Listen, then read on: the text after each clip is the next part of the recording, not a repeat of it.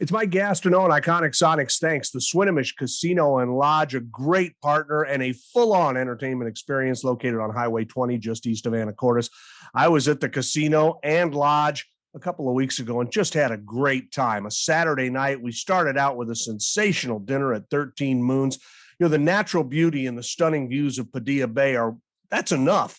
Add in the great meal highlighted with delicious flavors of the Pacific Northwest. I tried scallops with prime rib, a little surf and turf, if you will. It's a dining experience you'll be talking about until you return. Afterwards, we walked through the casino and played, enjoying 700 of the latest slot machines, blackjack, craps, roulette, pie gow, and keno. It was buzzing on a Saturday night. Just a great fun time at the Swinomish Casino and Lodge. Come play and stay with us. The Swinomish Casino and Lodge. More information at SwinomishCasinoandLodge.com. Gambling problem? Call 1-800-522-4700. Truth Plus Media.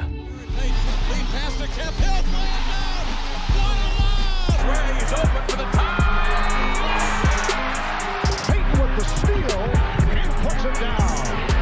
Fires across court, Jets got it right up into the alley. The Seattle Supersonics have won the NBA World Championship Series. Welcome to another edition of Iconic Sonics. I'm Mike Gastineau. Thanks to Swinomish Casino and Lodge and Dick's Drive-In Restaurants. Now, we love all of our guests on Iconic Sonics. They're all great. They're all fun to talk to. They're all big-time basketball people. But occasionally we get a guest who lives up to the name of the show. And if you want to think about an iconic Sonic, if you're going to make a list, somewhere near the top of that list should be our guest today, Spencer Haywood, who was iconic enough just in what he did on the court. He became a Hall of Famer. He had a great career, but he also was iconic for things that happened off the court. And we'll talk about all of that today. Spencer, you are an icon, and welcome back to Seattle, and thanks for doing Iconic Sonics for us. Well, thank you so much. Thank you for having me. Yeah, we got thinking about this because it's hard for me to believe. I remember the night well, 15 years ago, February 26th, your jersey, you were the sixth Sonic, and I think the final one to have your jersey retired into the rafters, jersey number 24. It was such a great night. I seem to recall, and you can fill in the blanks for me, but you were a little nervous coming up. It had been a few years. Would people in Seattle remember and know? And you were just, you were so warmly received. What are your memories of that night and seeing your jersey go up to the rafters? Well, it was an awesome night. Looking out on the floor and watching Portland Trail Blazers versus the Seattle Supersonics, which was pretty iconic in itself. Sure. And the score was a 24-point difference win by the Sonics. And is that right? In my jersey, number 24. And and when the jersey went up, Kevin Durant said, "That's the dude that made it possible for all of us guys." And so he was running his mouth a bit about it. And it was a pretty great night because the fans came out to see me, and they remembered what I had did and what I had did for the Sonics and what I had did for the league. So it was just an awesome night. My family was there, Freddie Brown, Slick Watts, Lenny Wilkins, just a number of former Sonics. It was just an awesome night. I just get a little choked up thinking about it. And at that same time, we had lost DJ, Dennis Johnson. So that was kind of a good thing, but a bad thing. Well, that's another anniversary. And it was just a few days before. And it was the right thing to do, but I thought it was so magnanimous of you to include DJ in it. And hey, he wore 24 too. And yes, and we all wish he was 52. He died of a heart attack, far too young. I like I said, I think most people would have done that, but congratulations to you for having the ability to step outside of one of the biggest nights of your life and say, I'm going to include DJ in this too. That must have been a neat feeling for you in retrospect. Very neat because, DJ, Dennis Johnson, and that iconic Sonic team had won the championship. So it's just out of respect. And also, DJ was just such a wonderful player and a wonderful human being. And I had Lenny Wilkins, I had Bob Blackburn, and some of the other people were there, so it was just one of those iconic and beautiful nights, I And want to I talk must about. say, I got to thank David Stern for help putting that on, as well as Clay Bennett. I didn't know at the time that he was trying to move the Sonics out of there, and that would be the last jersey that would be hanging before he took the team out of town. That's an interesting point, and I had that in my notes. It would mean a lot to everybody if the Sonics get back here, and I believe they are. I believe with the new arena they've got built, and I think the NBA wants to come back here. But for the 6 guys who have their jerseys in the rafters, and for the next couple guys in line, who I believe are named Gary Payton and Sean Kemp, Yeah, and I can't imagine what it would. Let me ask you, what would it mean? I mean, how much did it hurt to see the Sonics leave, and what would it mean to you to see it come back here and to see that jersey 24 again hanging up in the rafters? Oh gosh, it would be so awesome to see the Sonics back in Seattle. And it is, it is very important that the Sonics are back in Seattle, because the Sonics gave the NBA all of its wealth that it has today. When Sam Schulman and I fought this case, breaking up the 4-year rule, because before I came along, you had to wait for 4 years after your high school class had graduated before you could go into the NBA. And at that time, we only had 14 teams. And so the NBA didn't have a draft pool in which to pull from. So breaking that rule, we were able to expand to where we are today. And also it gave the owners have had a chance to increase their ownership in terms of dollars, because each team at that time was averaging around $300 to $500 million, and now they're sitting around $3 billion. So Seattle has given us all of this for the NBA. So it's just only fair that we have this team back in Seattle. And I was recently with Gary Payton, and I was saying, it would be nice to see your jersey hanging up. It's almost like you could see his eyes kind of welting up a little bit, because, we are talking about bleeding Sonics here. I'm talking about he bleeds Sonics through and through. And I threw the idea out to him. I said, you're such a great coach, and I watch him, with his coaching career. And I said, wouldn't it be ironic that you would be the first coach to coach the new Sonics when they come back? And we both started choking up and just gotten, really overwhelmed. And then I said, man, you and Sean Kemp, man, will be the next 2 on the line for the jersey retirement. And he's just beside himself. And I love him. I love both of these gentlemen. I love the Sonics. I love Seattle. Remember when I came to Seattle, I came from Denver, and I was landing. Sam had picked me up. They picked me up on the private plane. I was coming into Bowen Field, and I was looking over, and I couldn't believe what I was landing in. And so I was telling Sam Schulman, it looks as if I'm flying into a postcard. It was so beautiful in Seattle, the trees, the water. So it was just a beautiful trip. And then when I landed, we had a young ball boy who was there greeting me as well, with Lenny Wilkins and Rod Thorne and Tom Masheri. And at that year, we had no one coaching in a suit. Everybody was a player coach. Right, because Lenny kind of ran the show, right? Yeah, Lenny was the head coach. Rod Thorne was the assistant coach, and Tom Masheri was the associate coach. And we all had on uniforms. And then we had Rick Welts, who was the ball boy at 15.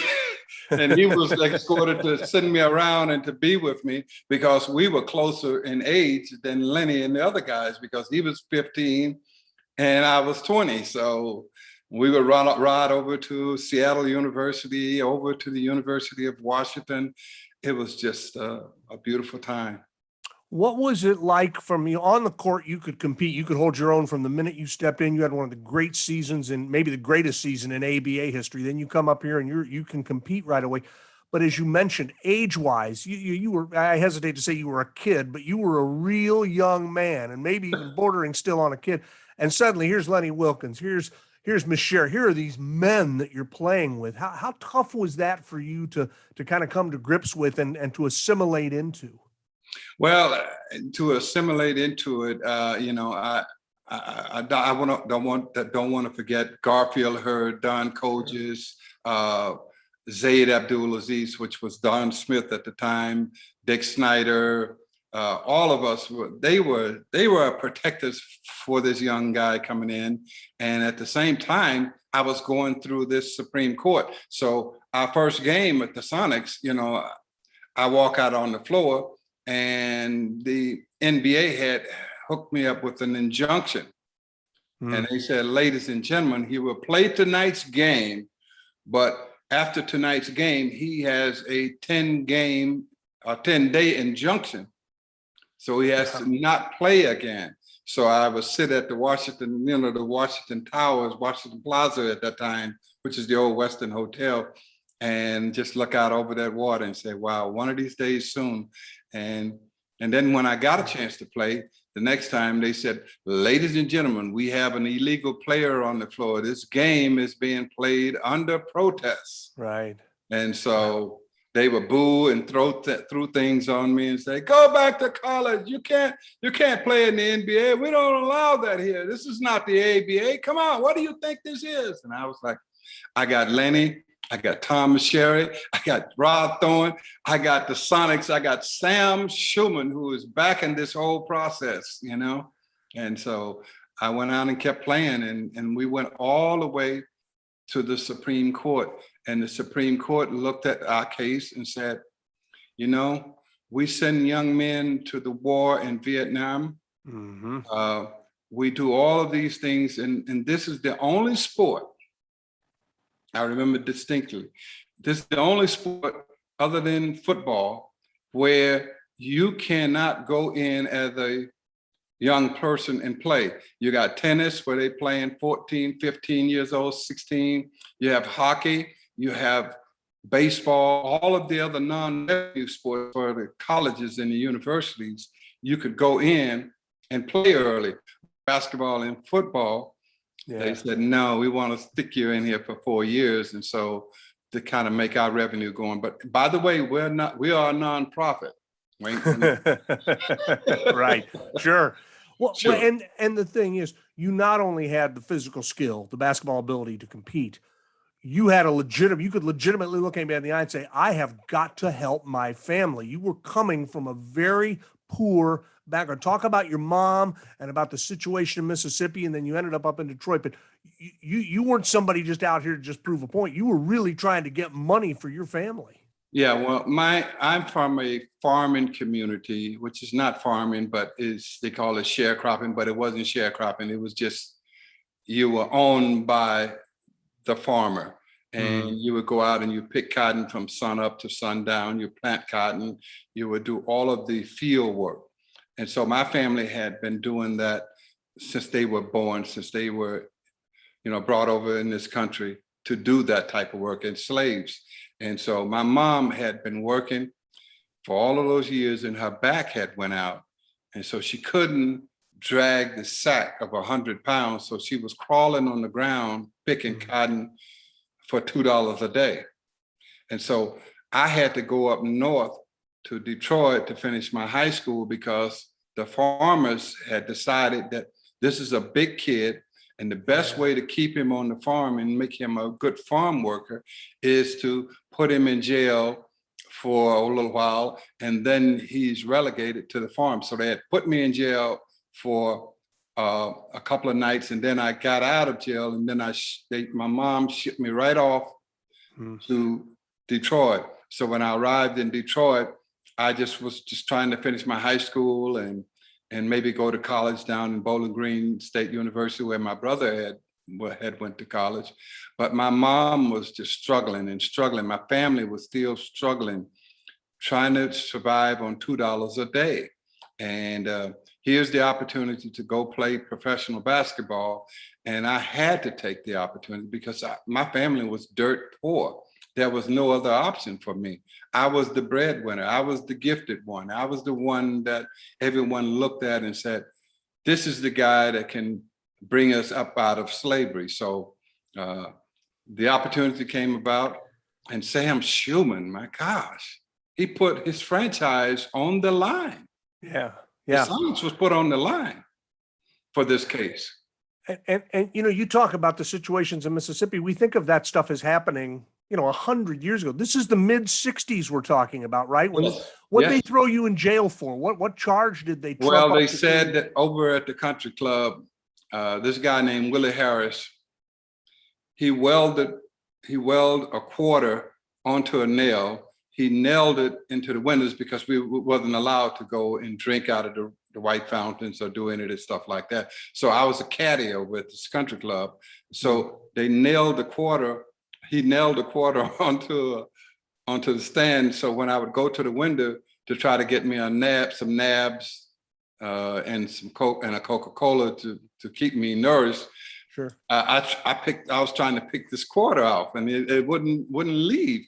So he reached out and punched me, and I was like, "Oh man, why did you do that?" And so I got upset, and they called in Jack Purvis. Jack Purvis is the sheriff from Belzoni. He came in with his gun hanging low like the old cowboy movies, and he said, "You got to go to jail. You're disturbing the peace." And that was part of the farmers' deal, where you go to jail. And I stayed in that calaboose. They call it a calaboose, not a jail. Yeah. At the calaboose for 2 nights. And then when I got out of there, my mom said, "We've went through this before with other young men here, so you have to leave." So we could not leave from my hometown because the farmer were watching the bus station saying, "Well, you cannot leave." So we went up to Belzoni and we caught the bus from there, and we rode on up to Detroit. What was your mom's name? Eunice Haywood. As you've gotten, all of us as we get older, I think we appreciate more and more what our parents did for us, and I'm sure you appreciated that in the moment. But you think back on it, and she was putting her life at risk. She was putting on the line. Everything. Well, I mean, can you even fathom that as you look back on it, the bravery it took for her to say, "We have got to get you out"? She's saying goodbye to her son. She may never see you again. Saying goodbye to her son, and did not know who was going to adopt me, who was going to raise me, or anything. But you got to get up north. You got to get to Detroit. Hopefully your brother can do something to help you, because he drew the short straw. So he was raised in Michigan, in Detroit. And so when I got to Detroit, my first big entry to Detroit was at this place called Crunk Outdoors. I know most people think Crunk boxing, and it had the indoor boxing for all of the great boxers, Tommy Hearn, all of those boxers, but they had the outdoor courts. And there was a big tournament. My brother brought me up from Bowling Green, and we had a tournament where we were playing against all of the great high school players in for the state of Michigan. And then they had the university players, which was Cassie Russell and Bill Buttons and all of those guys who were playing at Michigan and Michigan State and so on at Ohio State. They all came to this tournament. And then they had the pros play. My brother said, "You know what? Let me register you in this high school tournament." So I went out and played in this high school tournament. At first, I knew that these guys were a little soft. This when they were throwing away all of their gym shoes because they didn't want to wear the gym shoes that was given to them. And I had a pair of Converse with my bottom hat came out. So I had cardboard in my Converse. And so they throwing away these shoes. So I'm telling these guys in the locker room, "Can I have these shoes? Because so many people in Silver City need these shoes." Wow. And so they gave me all the shoes, and I put on a pair of fresh Converse with a nice bottom to it. I went out there and had 27 points, 15 rebounds, and all of the coaches were like, "Wait a minute, he can't be this good. Let's see what he do against the college guys." And I played against the college players, and I had 17 points and 10 rebounds. They said, "Wait a minute, and you say he's 15 years old? All right, he can play on Dave Bing's team." And Dave Bing was with the Pistons. He said, "Come on over, young boy, and let's play with us." So I had 16 points and 9 rebounds. And then Will Robinson, he ended up being the first Black coach in NC2A Division I history. He said, "I want him." And he said to me right on the court, and when I came off the court, he said, you know what? Here at Persian High School, we have been playing with mules, and you are a horse. So I want you to play with us. And at that time, the city of Detroit was like the mayor, Kavanaugh, and all of those people who were saying, you know, this could be the kid that will lead us to a Class A state championship, because we have had a drought for over 35 years in the Class A state championship. No team from the city of Detroit had won it. And so everybody got behind me. Will Robinson adopted me along with James and Ida Bell. And my mother came up north to make sure the adoption was good and signed. And she says, I can't stay here because I got to go back to my church. I don't know anything about these people in Detroit. And they was giving her a house and everything, but she was like, no, I just don't want to. I want to stay in Silver City, Mississippi. I know where I belong. So, wow. So she stayed there, and I went on to high school there, and we did win the Class A state championship. Will Robinson ended up being the first Black coach in Division I NCAA history. So, and then the following year, I'm in this little place at Trinidad State Junior College, because what happened, I signed with the University of Tennessee out of high school as the first Black to sign with Tennessee to play in the Southeast Conference, because I wanted my mom to see me play when I played against Mississippi and Mississippi State. Sure. And at that time, Adolph Rupp had lost, the University of Kentucky had lost to Western Kentucky. I'm not at Western Kentucky. Texas Western. Western. Right. Western. So he said, I have the rights for the first Black player to come in this conference, in this league, and down south. And so there was this argument going on between Ray Mears, who was the coach at Tennessee, and Adolph Rupp. And Will Robinson said, you got to get out of here. You don't want to be in a pissing contest. And so I ended up at this junior college. Luckily for me, I ended up at the junior college because the Olympic year was coming up for the '68 Olympics. Right. And Kareem Abdul-Jabbar boycotted, Alvin Hayes boycotted, Wesley Unseld boycotted. They don't say they boycotted, but you know, that was the year of the boycott. Right. And, so they came looking for young freshmen to see if they could play. Now the NC2A, you could not play as a freshman. If you were in a Division I or Division II school, you couldn't play as a freshman. But as a junior college player, everything was wide open. So sure. Jerry Tarkanian, who was the coach, he wasn't the coach at UNLV at the time, but he was the coach at a junior college. Yeah. He said, I got the best player ever. So they flew us all in down to Hutchinson, Kansas, to assemble a team. And in the meantime, they had, in cold blood, they were taping in cold blood with Truman Capote. Right, right. So we were excited. That's a sidebar. So we ended up getting a team together and then going down to Albuquerque, New Mexico. And I played in like 4 games. And Hank Ibis said to Jerry, Jerry, don't you get that boy hurt now. This could be one of our players on the Olympic team. Because I was like thinking, hey, you know what? I'm going to go down to Albuquerque, get me some nice gear, you know, and go back to Detroit, show my guys, hey, I'll try it out for the Olympic team. Right. And lo and behold, he picked me first to save America. So here's another catch with the story is we have to now submit our passport, our birth certificates and everything to get the passport so that we could then go off to Russia, Yugoslavia, and on around back into New York. It was a European tour before we to Mexico City. So they called my mother, and they had to call the grocery store down the street from my mother because we didn't have a phone. So she came over and they said, we can't find his birth certificate. She says, Lord, baby, I got the boy's birth certificate right here in the Bible. He's under John 21.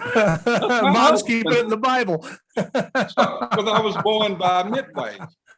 So they had to send the Jackson Daily News and the Jackson Vital Statistics down to Silver City, and they took pictures of everything. They get the birth certificate, and they created a birth certificate in Jackson, Mississippi. And here I was off to the Olympics. And we get down there, and then, it was a boycott. 68, here you go with the two guys that everybody had the cameras on was Tommy Smith and John Carlos. They were like the guys, and so we were like, whoa. And Hank I was like, now let me tell y'all something.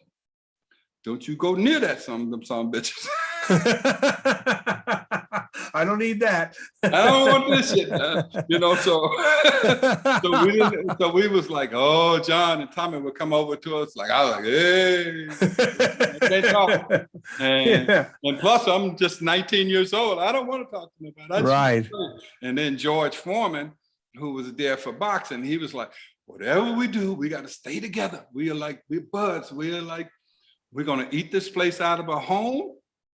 And we go, a commissary, because we were both starving all the time because we were right. So between us and the Russians and the Yugoslavs, we were like eating everything that they threw in front of us. So we ended up winning the gold medal, and life was just good. So from there I went to Denver, and then from Denver to Seattle. Seattle, the land of beauty. My family still lives in Seattle. Is that right? My sisters and my brothers and all of them came up to Seattle when I made it, because that was the deal we made in the cotton fields. Whoever make it will give the line of brothers and sisters a shot. Sure. When they came up there, and with my simple brother named Andrew, he was like, I don't want to be in Washington, D.C. The great Spencer Haywood joins us on Iconic Sonics. It's all brought to you by Swinomish Casino and Lodge and Dick's Drive-In Restaurants. When we continue, we're going to pick Spencer's brain about his relationships with Sam Schulman, more on that, with Lenny Wilkins, more on that, and with the great Bill Russell. That's all when Iconic Sonics continues. Iconic Sonics is proudly supported by Swinomish Casino and Lodge, and they're proud partners with Iconic Sonics. They're located on beautiful Padilla Bay, just north of Seattle. Casino, lodge, dining, entertainment, and more. Swinomish Casino and Lodge provides a perfect getaway for relaxation. A full-service entertainment destination, including a 98-room luxury lodge, multi-purpose event center, and casino, open daily from 8 a.m. to 2 a.m. with a great mix of slot machines and Las Vegas-style table games. And for the food connoisseur, check out the 13 Moons Dining Experience, one of the finest in the area, a beautiful restaurant with cuisine designed to enhance the flavors of the Northwest. Swinomish Casino and Lodge, check out the best casino in the area with the most outstanding customer service, offering a luxuriant, state-of-the-art experience while maintaining and upholding the cultural identity of the Swinomish tribe. Swinomish Casino and Lodge. Find out more at SwinomishCasinoandLodge.com. That's SwinomishCasinoandLodge.com. Gambling problem? Call 1-800-522-4700. Iconic Sonics is fed by Dick's Drive-In Restaurants. What can I tell you about Dick's food that you don't already know? Probably nothing. They're a Seattle legend for serving great burgers, great fries, great shakes. What I can tell you that you might not know is Dick's also has a cool t-shirt now that salutes the 95-96 NBA Finals Sonics team. Take a look at the Sonics t-shirts available through Dick's at Dick's Drive-Ins, their Twitter feed at Dick's Drive-Ins. You'll see the photos. You'll buy the shirt. You'll be happy. Thanks to Dick's Drive-In Restaurants for the support on Iconic Sonics. And our nonprofit sponsor on Iconic Sonics is the Run Freely Foundation, a 501c3 organization founded by our friend Kenny Main. It raises money to help financially support veterans who need limb salvage, medical care, and rehabilitation. Years ago, Kenny suffered a catastrophic ankle injury, and after years of pain, he found relief with treatment in 2017 that got him both walking and running again pain-free. With that discovery, Kenny wanted to help others in pain, and the Run Freely Foundation was born to help provide the care he received to those who cannot afford to cover its costs. You can find out more and get involved with this great organization at runfreely.org. The Run Freely Foundation, proud sponsor of Iconic Sonics. Part two of Iconic Sonics with a true iconic legend, Spencer Haywood. And Spencer, thanks again for joining us. we think about Sam Schulman, the original owner, along with Eugene Klein of the Seattle Supersonics, but his relationship with the city was great because he brought pro sports here. His relationship with you was much more personal. He reached out, did a deal with you, and brought you to the NBA, even though he knew he was going to get pushback from the other owners.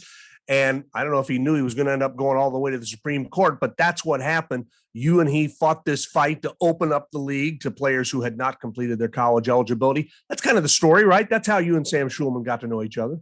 Well, what was happening was the ABA was taking all of the NBA stars. They had taken Rick Barry and so on. And so Jerry Colangelo from the Phoenix Suns and Sam Schulman said, these were the two expansion teams and the two owners that was, like really rebels. So Sam Schulman, Jerry Colangelo had went and took Connie Hawkins out the year before with the Phoenix Suns. So Sam Schulman said, I want the next MVP. And so I was the MVP in the ABA. So when the ABA did not live up to their agreement with the contract, Sam Schulman saw the opportunity to then bring me to Seattle and perhaps set me for a year, or we would fight the case. And my young lawyer at that time, a young gentleman named Al Ross, he was like adamant that, Sam, we need to fight this. We need to change the rules. We need to get in with the times. This is ABA. We don't live like NBA rules. So Sam Schulman said, okay, fine. And not knowing that this case would go all the way. And at that time, he had former Governor Pat Brown on my team, Frank Rothman, the head of the MGM conglomerate, all of their attorneys. So we filed suit for me to play. And then the NBA filed suit along with the ABA and along with the NC2A for me not to play because it would be a violation of all of the rules. And at that time, Sam thought perhaps it would, the case would cost maybe $300,000. And that case ended up at $1.7 million. Wow. In 1971 dollars too. $1971. So he paid all of that money for this case. And he showed me, as he would always say, I'm going to teach you about Jewish loyalty. It's New York, Brooklyn. So I kept saying, Sam, can we just back off and then I'll sit for the rest of the year and maybe go into the draft and you get me again. You're like, they wouldn't let me get you. What are you talking about? We got to fight this thing and we're going to fight it all the way to the Supreme Court. And you are my player and we're going to keep you here in Seattle. You mean that much to the Seattle, the community and the team. So we're going to fight this. So I was like, hey, let's fight. Yeah. And we battled all the way through, all the way to the Supreme Court. You touched on it in the first segment a little bit, but I kind of want to reiterate that it was so crazy that in Seattle, I think you were almost always able to play, but you guys would go out on the road and you might be like in Cincinnati and it'd be 10 minutes before game time and they'd announce that they had an injunction and you were going to not be allowed to play that night. How crazy is that when you're out there? How crazy is that? Let me explain it to you. Seattle, we playing against the Cincinnati Royals and I get ready to jump ball. And they says, ladies and gentlemen, we have an illegal player on the floor, number 24. I've heard that before. Yeah. So, but this time we have an injunction. And this injunction will put him off the grounds in which this arena is set on. So they escorted me off the floor, off the grounds, out into the snow. And I'm standing out there freezing my tush off. And there's this police that was supposed to guard me to keep me from coming back into the arena because normally I'd sit on the bus or something like that when I would have an injunction to stay in the locker room. But this time they pull out all of the stops and just put me out into the snow. And they said, listen, we're probably going to lose our job for this one, but you're going to get in this goddamn car and we're going to warm you up because you're going to freeze out there, young boy. Wow. So they put me in the car and we sit around talking about how this case would go and what was happening, why. And that's why to this day, I still have affinity for the police department. They took me out of the snow and put me in there. So then we get back into the car and we drive on back to the airport and move on to the next locations. And they still had that injunction against me for all of those games. So I had to just stay in the hotel until we reached my injunction against the league so I could play. Wow. And Sam, along the way, I mean, I'm assuming you guys stayed close throughout the rest of his life and at least talked to time. I mean, you had to feel a special bond with this guy and obviously, look, he's trying to prove a point, but he also is trying to protect his business. He's like, Spencer's going to help my business. But there was more to it. It was personal. It was right. Personal. It was not like that. He knew that my father had died a month before I was born.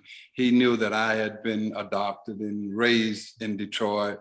And so he took it over on himself. I'm your new father. I'm your new family, so he just took it upon himself. And he was always talking about this Jewish loyalty. And so when even before he died, Sam would always invite me, like, I don't know if he spent that much time with any other players, but even if we would go out to Hillcrest in Beverly Hills, I call it the Jewish country club. So Hillcrest, let's go to Hillcrest. And, so you had a lot of all of the great Shucky Green and all of the great, comedians and stuff like that was there. And Sam, this is my boy. He's black, but this is my boy. Come on. Come on, Sam. He was so proud of what we had accomplished. And he was saying, the NBA don't know it yet, and they will never admit it yet. But in time, they are going to admit that what we did for the league is going to be etched in history. And it is now being etched in history. This is 51 years coming up on March 1st of that case that changed the world of basketball as we know it. Yeah. And allowed for freedom of trade, kind of. You should be allowed to go earn a living if someone wants to hire you and pay you. Yes. And I'm wondering, I'm going to take a stab in the dark. I don't know if you ever met this guy. I know you know his name. It was a different battle, but some people call you the Curt Flood of basketball. But Curt Flood's battle was different. He was just trying to say baseball players should have free agency at some point. We should be able to go where we want. He took his fight all the way to the Supreme Court too, and it was about the same time as yours. Did you? Yeah, it was. I know. I met Curt. Curt. Yeah, and Curt was like, he was like, what are you doing? You're 20, 21 years old. Why are you doing? I've had like 9 seasons in the league. And they giving me hell. And so what happened was after I won my case, Curt was in at the Supreme Court and they didn't give him his case. They gave it, they gave it one more year and they gave it to Andy Musclesmith, but everybody knew it. Curt Flood rule. Right. And Curt Flood, he could not live in this country anymore because he had to move out of this country, went and lived on the islands. And when he came back, he was an older man and he just died without those players knowing what contribution he has. He had made for baseball. And so one of the things that I have been in a fight for years was that I wanted my name on my ruling. You can't say it's early entry. You can't say it's one and done. You can't say all these things because all of that is out. And name it for what it is. It's Haywood versus the NBA. You don't need to have that. You just need the Spencer Haywood rule. Thus, he tried to give my ruling to Larry Bird. So they have the Larry Bird exception. So it's not Larry Bird rule. It's my rule. Yeah. And it opened the door for any kid who's good enough to play in the pros to be able to play when he decides. And then if he decides and the market is there, he can go play. And if it's not, then, that's free market economics there at work. Yeah, and what happened is that it has created over $34 billion in players' salary. And increasing every year. Increasing every year. And guess what? We were doing a survey, Adam Silver and I were just talking. He said, we're looking to change this name on this ruling very soon for you. But I'm surprised that maybe 5% of my players know what you did. Right. Right. And that's, you weird. know, that's how history works sometimes. It's unfair, but people don't realize who are the people who walked in the footsteps ahead of me that kind of cleared the path Yeah. a little bit. And you're where that they guy. walked, when we walked in Seattle. Mm-hmm. This You very mentioned liberal, cool place up north. Yeah, you live Not in Washington, D.C., as Andrew was. Well, we got to keep Andrew straight as to where it is. Right.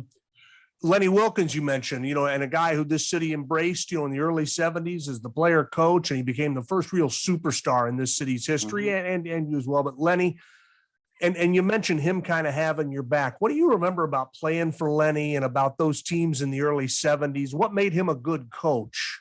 What made Lenny Wilkens a good coach is he was a former player. He understood what a player thinks and what was happening. But in my case, he had to babysit me and do a lot of other things. So he had to keep me calm because we were fighting such a mega battle that when we finally won the case and then we just would play, man, Lenny Wilkens could, you know, one time I ripped the ball off the court, off the backboard, and I threw it out to Lenny. And Lenny said, run down the middle. And I was running down the middle and he just hit me. And I was so pumped up that I just took off from the free throw line and dunked it. Bam! And I looked over around and said, yeah! And everybody was like, is that how they do it in the ABA? And they said, they're gonna love it. Just keep doing it. And He was just such an awesome, he could always penetrate the hole, drop it on you the right way. And he was just such a great teacher of life, of basketball. And that's what made him such a great coach. And he still is such a great individual because he cared, he loved. And he's, to this day, every year I would come up and play in the Lenny Wilkens golf tournament and his foundation work that he's done for the city of Seattle and all those wonderful things he's done at Odessa Brown Clinic there. I mean, he's saved so many lives. So he's got a reserved spot in heaven. This is wonderful. You're aware, I hope, and if not, I'll tell you that they named the street in front of the new arena Lenny Wilkens Way. So yeah, the arena I was on my way up to surprise him, but it did not work out. But yeah, I wanted to come up for that ceremony. That it is Lenny Wilkens Way. Lenny Wilkens Way. Did anybody in the huddle when he was a player coach, did anybody ever say, Coach Wilkens, I think we got to get player Wilkens out of the lineup. We need somebody with fresh legs in there. Anybody ever confront the player coach that way? No. No. Probably wise. Lenny was just so sharp and such a great player. But he knew when his legs were a little weak at a given time, he would bring in Lee Winfield and all of those young guards, Jake Ford and those guys. Dick Snyder was our guy, you know. Mm-hmm. He would be right there. And then Fred Brown came in the next year. Right. And, that was like awesome too. You played, I think, your last year with Seattle for Bill Russell, right? As a coach. And it's interesting because this ties back to, you were talking about the summer of '68 and all the protests, and a lot of black athletes didn't even want to go to the Olympics, and the ones who did wanted to protest. And Bill Russell, as a Celtic, was an outspoken athlete at a time when a lot of athletes didn't speak up and talked about human rights and equal rights and civil rights. And now all of a sudden it's 1975 and you're playing for him, another icon. What was it like to suit up for Bill Russell? It was so great to suit up with Bill Russell. Bill Russell was another great teacher, but he was more of a philosophy teacher than the court side. We would sit over at the 13 Coins and talk way over into the mornings about life, basketball, about how he marched with Martin Luther King, how he was at the great I Have a Dream speech in Washington at the monument there, and how he made cash contributions to the movement. And gosh, it was just a lesson in history, an oral history lesson from the master. And in basketball was like, we talked in depth about how to make this team a winner. How do we get to the playoff this year? How do I have to move from power forward and small forward to center, because our centers was not carrying their weight. So he wanted me to play center. And I knew, he said, I know you are an all-pro first team player. This is going to be you're going to be giving up a lot. And so I said, for you, for the Sonics, I mean, everything I own is like with this team. So I gave it up, and we went on and we made the playoffs for the first time in Seattle Supersonics history. Yeah, with Coach Russell. Coach Russell. Wow, what a great man. I still carry on conversations with him now. We spend time together. He come here because he spent a lot of time over with Brent Mushberger, who's over at South Point, and that's where Bill Russell come, and he stay at the South Point, and we just all sit around talking about those old wonderful days, man. It's like truly awesome, truly special time.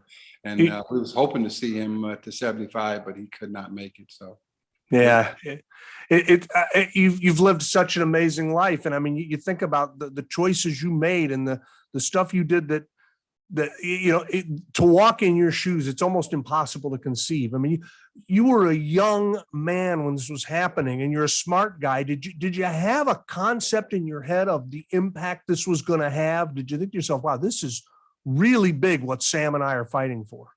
I had somewhat of a sense of reality because of the ambiance around that fight. Because it was like media and everybody was like, is he going to play tonight or can he play? What is going on? So you had that feeling. But as a young player, and just remember now, I'm 20, 21 years old. So you're just thinking, man, I want to be able to go down to the 13 corners and eat a big steak and enjoy myself. So, yeah. So, and I'll tell you one more story about Lenny. So Lenny says, all right, we're playing the Celtics, and you got to really show up tonight. I want you to really show them who you are. But after the game, we're going to go to the greatest seafood place you've ever had. And I was like, oh, okay, great. So we go out and we play, and I have like 40 points and 24 rebounds. And Lenny take me over to this great seafood place. And I walk in there, and I'm like sitting around, they're getting all of these crab, lobster and everything. And I said, sir, can I have a filet mignon? And Lenny was like, oh, you're so young. He's trying that is his story. Every time you see me, you ordered a steak at the seafood place. He's just trying to add a little class to your life. And you're like, I just want some steak. Yeah. I got to ask you one more story, Spencer, and I appreciate your generosity with your time, but I want to make sure that this is true, because I saw this. I'm like, well, if this is true, I want to hear it from you. Is the story about your sister going onto the floor when you were in a fight with Rick Barry and swinging her handbag at him? Is that true? Did your sister run out? Both sisters, Laverne and Ivory, they swinging their purse and all kinds of stuff out there on the floor. And so every time somebody would come to Seattle to play the Sonics, they would always, players would like kid me. Connie Hawkins and all of the guys would say, all right, now, if I punch you, I don't want them sisters running out of the stage to protect you. And they were certainly my protectors. So that was just, it was just basketball back then. And Who is that? It's Spencer's sisters, and they're swinging their purses. Coming to take care of him. Well, it's such a delight to talk with you. And among a million reasons I want the Sonics to come back is to see. Sonics are coming back. I believe. A lot of good conversation about that. And the Sonics will be back in Seattle. It's going to be the most exciting time. And then I'm hoping that Gary Payton would be that sideline coach now, because I can say, I told you so. Now, if that happens, he's got to hire George Karl as his assistant. So George can spend all George, because George is the guy that taught him. Well, and George can yell at Gary the way Gary used to yell at George and kind of pay him back. Perfect. And also, I know everybody says it's kind of janky to congratulate George, but I'm almost sure he's going to get into the Hall of Fame this year. Well deserved. George and I started out together way back in the ABA. Sure. He was a player. Hello, y'all don't remember, George was a basketball player. Yeah. It's and I remember you as a Rocket as well. It's great to talk to you. I hope we can do it again. And And I hope through this we can continue to make sure that and it's okay. Young people don't always know history. They got to learn it. One way they can learn it is by hearing these stories. And I'm going to think of Spencer Haywood sitting in a police car in Cincinnati with the heater running just to keep him warm after he's been thrown out of the arena by some judge. You talk about walking through, tough times to get to your Hall of Fame and to get to your career. It's amazing, man. Congratulations on a life and a career so well lived, and continued good health to you. And we'll see you up here hopefully soon. Spencer Haywood, the great, the iconic Spencer Haywood on Iconic Sonics. And our thanks again to Swinomish Casino and Lodge and Dick's Drive-In Restaurants. I'm Mike Gastineau. You can get more information on all of our shows at iconicsonics.com. We'll see you next time.